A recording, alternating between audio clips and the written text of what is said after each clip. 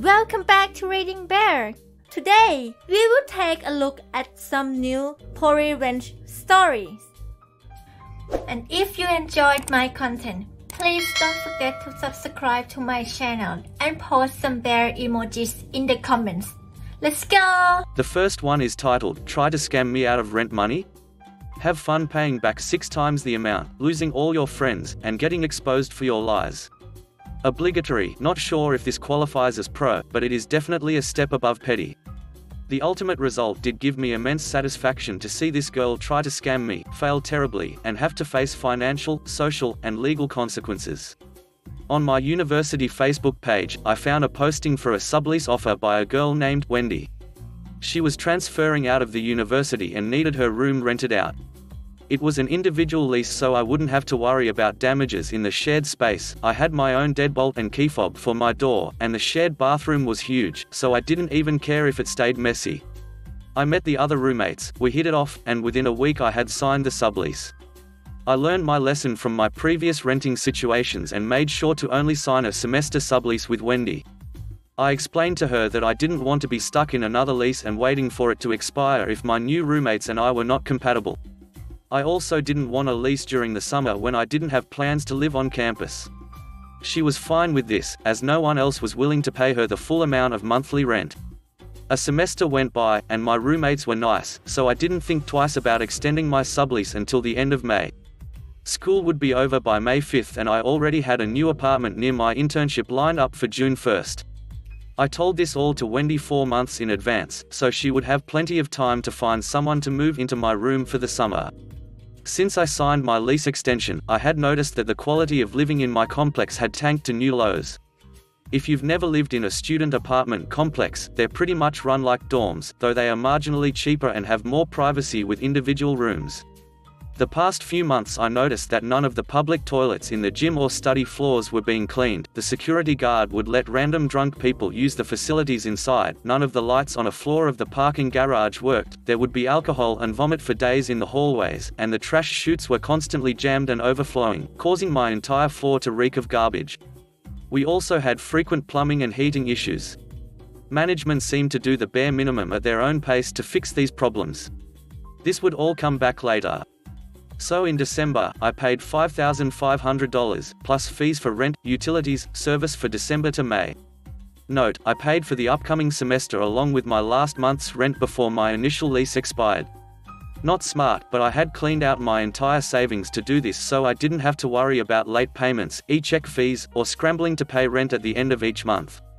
I worked a minimum wage tip-based job and there were so many stupid fees just for paying rent that were eating up my paychecks, and cash was not allowed. Ultimately I realized it was cheaper to prepay the rent and just live paycheck to paycheck for my food costs. Since this was a student building, the rent portal worked on credits and would just subtract monthly from any prepaid direct deposit. We also had a utility cap, so I never had to worry about any more payments. Now for the part where Wendy messed up. May rolls around and I double-check with Wendy that I am moving back home right after finals, May 4th, and the new tenant can move in starting June 1st since I paid until the end of May. I told her that if anyone wants to move in earlier than June 1st, to contact me because I didn't want to return my keys yet and it would be nice to get some money back for the empty apartment I'm paying for. She agreed to this. All my things were moved out except for sheets and a single pillow, just in case I wanted to visit my friends or work an extra shift in May. Wendy calls me the day after I move and cries about how she cannot find anyone to take over the rest of the lease and if I could extend into the summer. She has another apartment signed at her new school and cannot afford the rent for both. I tell her I'm in the same situation with my new apartment, so I can't afford to rent an empty room either. At the end of the day, her name is on the lease and not mine. She does not take this well. May 15th, I get a $1,000 charge on my account from the rental company for June rent, and for losing my keys and a noise complaint violation fee. I call management right away because no one was supposed to be home and realize it is not the lady who has been working there for the past 9 months, but someone completely different. Turns out older management knew they were being replaced since a national rental company bought the building, so they completely gave up on any upkeep during the months they were being phased out. They hadn't even filed my sublease contract from December, for which I had paid a hefty contract filing fee because Wendy never bothered to sign it. She just ignored the email they sent requesting her electronic signature, and management was too lazy to look into it because I had prepaid for the semester and they never had to bother Wendy for any late payments. New management just assumed I was the original lessor or a relative of Wendy's since my account was linked to the unit's rent portal. On top of the old management's duck-up, Wendy knew about the lack of proper sublease contract and used it to her advantage. She offered a new sublease, discounted rent to move in for the full summer. Wendy essentially charged 2 months' rent for 4 months of living but was only able to do so since I had paid for the free month she was offering to her subleaser, and my damage deposit covered the last month's rent. She was actually gaining an extra $700 out of the deal, on top of having her rent fully covered for the last 4 months of her lease. She had a new sublease drafted by the ever-clueless new manager and set the start date as May 6th, overlapping my contract which ended on May 31st. To explain the lack of return keys, Wendy also called management and said she had lost her keys during moving, and to just charge her portal for the replacement when the sublease moved in. She assumed that this charge would be revoked when I returned my keys and the unpaid rent for the last month would be subtracted from my damage deposit, so I'd be none the wiser. She did not think that I would still be checking my rent portal occasionally after I moved out. This meant that from the very next day I moved out, someone had been living in my room which I paid for, without my knowledge, or the knowledge of any of my other roommates who had gone on summer vacation. I was livid, but I still tried to patch things up between us. I offered to schedule an appointment at our local tenants' union for mediation, and I even offered to just have her family talk to mine in case there were other personal issues that prevented Wendy from paying. She wrote me back a nasty email from her lawyer saying she had a saved Snapchat of my roommates, her friends since high school, smoking pot and drinking during my birthday party in the apartment, and she wouldn't hesitate to send it to my boss, academic advisor, and the building manager. Pot is legal. I was 22, I had just passed a drug test for my internship, and I was not even present in the picture she had, so I'm not sure what she would have accomplished through this other than ratting out her own friends or incurring a smoking fine on her own lease. Plus, I'm not aware of any lawyer who would threaten blackmail and send it through their client's personal email address. She also said she needed the extra money for damages and cleaning, stating the pillow I left in the room as evidence of a lack of cleaning. Well, all of the cleaning fees would have been avoided if she told me someone was moving in. Blackmailing me into giving up a full month's rent to throw away a mere pillow and blanket I left because I was still paying for the room? Nuclear option it would have to be. I contacted the university's free legal services and had them explain the process and required papers and documents I would need to get her in civil court. Since she was no longer a student, I was able to receive help without any conflict of interest under their student-tenant issues advisor. The legal counselor suggested I try to pursue a court-operated mediation for the issue and follow with a civil suit if the mediation didn't work. They referred me to a local lawyer who does this sort of work pro bono to prevent companies from taking advantage of inexperienced students, who gladly helped me. At this point, I had received enough rude emails from her brother and boyfriend calling me a junkie and a scammer for trying to extort money from Wendy, their pure angel. I sent the court mediation paperwork straight to her family's home address just to expose her to everyone who she had told that I was just a crazy drug addict trying to steal her money. Then, I took her nasty email and forwarded it to every person included in the picture that she was trying to hold over me.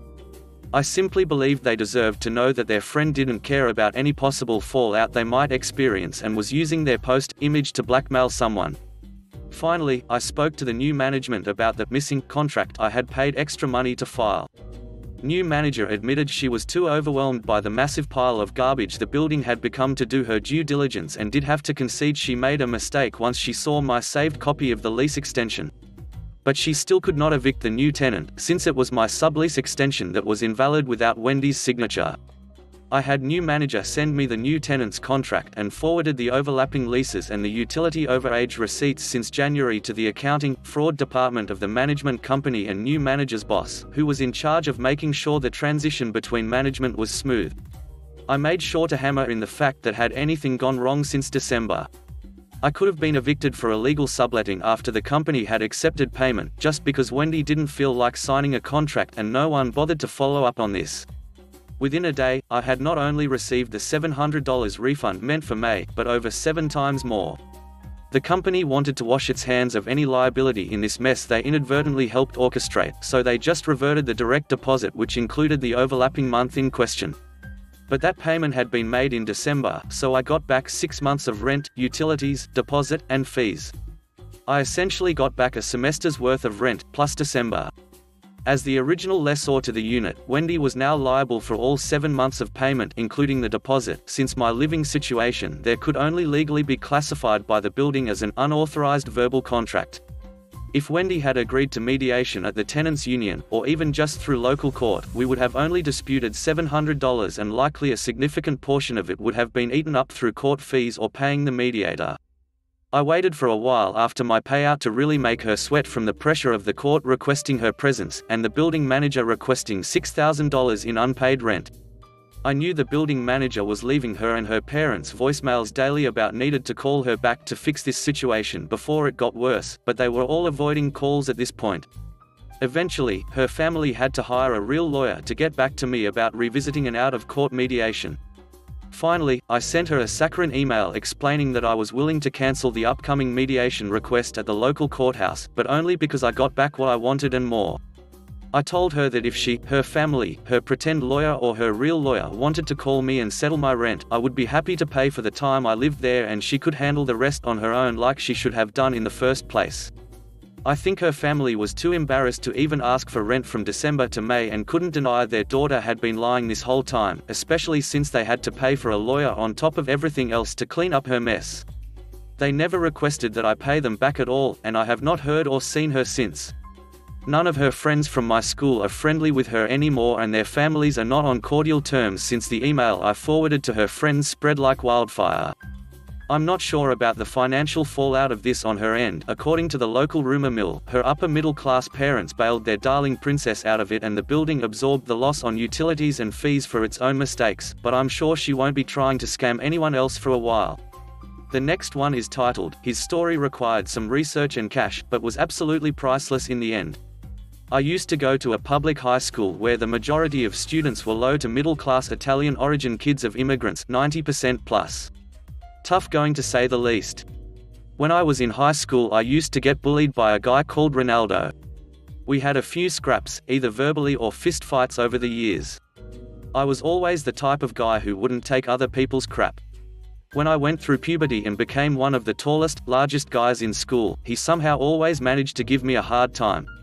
It was a tough time, but in a way, I paid my dues early and learned from a stern father that if people punch you, you punch back and you punch harder and you'll know if they are men or not. As luck would have it, Ronaldo ended up in the same college I went to and he always managed to somehow, someway be an idiot to me. What made things worse is that we fell for the same girl, Andrea, who eventually became my girlfriend of over 4 years. Everyone knew he had feelings for her and that it killed him she was with me and not him. He always tried to seduce her with random calls and emails. Being the son of a wealthy father who owned his own construction company, he always had nice cars, lots of money, a bunch of crap that I didn't have, and over the years worked hard to earn, coming from a low-income family that was having problems making ends meet. He was a constant issue the first year of my relationship and we had several conflicts. Years later, after college and shortly after I broke up with Andrea, I received an email from him out of the blue. I never corresponded with him, Facebook didn't exist back then, and he went out of his way and told me in an epic letter, which went far too long, and swore at me in excess and used terrible English. No wonder he never finished college and dropped out to work with daddy, that no one liked me in college and to duck off. I haven't seen him in well over 2 years, and we didn't have any real friends in common. As a way of keeping my cool, I didn't want him to have the satisfaction to get me mad. I never responded to his emails, he sent several. However, I couldn't let his taunting go on without consequences. So I went online and Googled his name. After searching around a bit, I easily found a complete profile of him regarding his career, where he worked and what type of work it was. His father passed away recently and he now owned his father's business and had a team of employees working for him. I spied a bit more and hung onto the address of his place of employment for several weeks while I plotted. One day, I proceeded to go into a local adult shop and I purchased the largest, fattest, floppiest toy that I could find along with some lubricant, and I went home and wrote a special note for him to be included with said contents. I boxed up his naughty goodies in a standard box that couldn't be traced back to me and sent it using priority mail that required him to specifically sign for it. The note read, "Since you have so much time to search out people who never gave a crap about you to begin with, I figured you'd have enough time to go duck yourself with this. One of our mutual acquaintances dropped me an email a few days later. This acquaintance worked for Ronaldo during his internship, and apparently the package arrived while they were preparing to head out for a team lunch on a Friday. He was very excited to get the box opened since Ronaldo thought it was something he ordered online. He was expecting something totally different. Ronaldo opened the box in front of a number of co-workers, and instead of whatever he ordered, he pulls out a giant black floppy adult toy. Priceless. The next one is titled, "Don't Call Her Miss." I worked at a high-fashion retail store that had a continual flow of older, uppity, southern women. I have always referred to my clients in 4 ways: sir, gentleman, young lady, and miss. I have been in high-end customer service long enough to know that terms like young lady and miss is found charming, especially to our older clientele who haven't been called a young lady in 4 decades. Our checkout counters are a little higher, so I have to reach up a bit when I give them a pen and the receipt to sign. Now, this lady was about 60 years old and as southern uppity as they come. I handed her the receipt and pen simultaneously and said, "If you would sign on the bottom line, miss." She slapped me. Like a nun slaps a kid's hand with a ruler. I stood there, completely stunned. Did this woman just slap me? She sternly said, "I am not a miss, I am a ma'am." The only words I could think to whisper were, sorry." I then had to wrap up her items and bring them around the checkout counter to her. "Thank you so much, ma'am," I said. "Have a wonderful day, ma'am."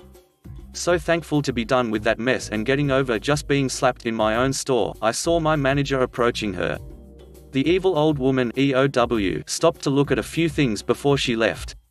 My manager said, "Excuse me, but I've had several customers and associates tell me that you hit my associate." EOW, hit? No, I slapped her. She disrespected me and had to be put in her place. Manager, so, you did hit her? EOW, yes. I have a title and it's not miss. I shouldn't have to teach manners. Manager, miss, I will not tolerate verbal abuse and I definitely will not tolerate physical abuse of my staff. We have your information on file along with a security tape if she decides to press charges. I have to ask you to leave the store at once and your business is no longer welcomed here. EOW, this is ridiculous. I'm never coming in here again. Manager, that's the point of banning you. Have a great day, miss. Never saw that crazy uppity witch again. The next one is titled, "Bogantine sprays deodorant in my face when I'm cycling to work." Prepare to be humiliated. So, let me start this story by saying that I am a cyclist. I transit to work via bicycle because generally it seems to be the fastest and cheapest way for me to get to work. I have also just moved, and have just realized that buses to my new area stop running after 6 p.m. So you know, now more than ever it is the most efficient means of travel. Given that I haven't moved far, my route to work hasn't changed very much. I take a slightly different route, but ultimately it all connects to the same road I have taken countless times before without issue. Today I am riding along said road and I come up to a bus stop full of bogan teenagers, couldn't be older than 13, blocking the shared bike pedestrian path. I'm not a butt, so I slow down and gradually make my way through them. While I'm doing this, one of the teens who was spraying deodorant on himself decides he's going to be funny and spray deodorant in my face. I stop. I get off my bike and walk towards him, asking him what the hell he thinks he's doing. He thinks I'm going to hit him, and I don't blame him for thinking that, and takes off. Sprints around the corner. Since I have left for work early, I figure I have enough time to confront this kid a little bit more and get on my bicycle and chase after him. I couldn't see him anywhere. This old couple was walking along and I asked them, "Did you see a little turd run by here?" They respond that he went in the alleyway. So I pursue him, he sees me and begins running again. At this point, while I'm cycling after him, I want him to realize that I'm not just your run-of-the-mill responder, that he has messed with a crazy woman. So I start yelling at him the craziest stuff I can think of at the time. "Keep running, turkey, asterisk, I'm gonna get you. Asterisk, asterisk, I'm going to make you my witch. Asterisk," over and over with a couple of ducking variations here and there. I chase him around the block a few times, past the old couple, past a man in a suit who saw the whole thing. His friends are laughing at him, the guy in the suit is laughing at him, the old couple just seems confused. Eventually he is puffed out, even though he can dodge me easily since he is on foot, I have more energy than him. Again, I cycle to work every day. He's puffed out and says, "Mom, I'm sorry. All I did was spray deodorant on you. Me, you know that is called assault, mate. You sprayed it in my fucking face. For some reason I said ducking this way. If it was anyone else, you might be lucky to be standing. Him, well, I'm sorry, can we hug, can we shake hands? Me, I don't really want to, mate. At this point I deliberate as to what exactly I am going to do. Should I accept and let him go? Or should I humiliate him more in front of his friends who are now watching our exchange? I was a teen once, I know what teens respond to better. So I took his hat. I cycled around the corner out of sight to where this originally happened and put it in the bin next to the bus stop. I ride past the man who has taken his suit jacket off since it is damn hot, and he asks me, "Did you get him?" I respond, "I got his hat." I ride off into the sunrise. Get to work and have a shower. Moral of the story is, don't mess with cyclists on a shared pathway. We aren't cars, we aren't in heavy traffic that will keep us moving away from you. We can stop and we can turn around. The last one is titled, I just completely lost all control of my temper. I was walking around, shelving stuff. I walked past a woman who was pushing a cart and, out of nowhere, with no warning, and without saying anything first, she reached out and grabbed my wrist and yanked me back to her as hard as she could and said, "Wait, I have a question."